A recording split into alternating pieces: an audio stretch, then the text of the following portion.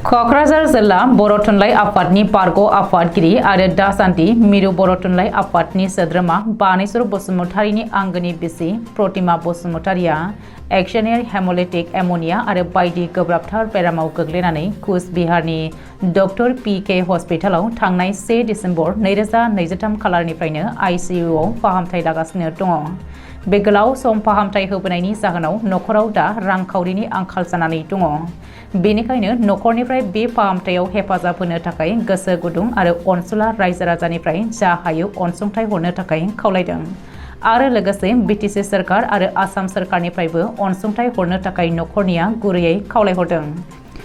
गोसो गुदुं नोंथांमोनखौ Hiramani बसुमतारीनि account number 308262906330 IFSC SBIN 00001119 आव अनसुंथाइ हरनो खावलायहरदों।